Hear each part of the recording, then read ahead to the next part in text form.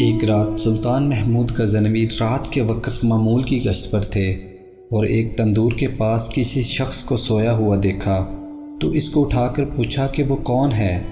جواب میں اس شخص نے بتایا کہ وہ غریب مزدور ہے، دن بھر مزدوری کرتا ہے اور رات کو اس تندور کے پاس ہی سو جاتا ہے۔ سلطان نے پوچھا کہ اس سردی میں اس کی رات کیسے گزرتی ہے؟ تو اس مزدور نے جواب میں جو کہا اس نے سلطان کو ہلا کے رکھ دیا۔ مزدور نے کہا جناب، نصف رات کو آپ کے انداز میں گزرتی ہے اور بقیہ نصف آپ سے اچھے انداز میں گزرتی ہے۔ سلطان نے بڑی حیرت سے پوچھا کہ وہ کیسے؟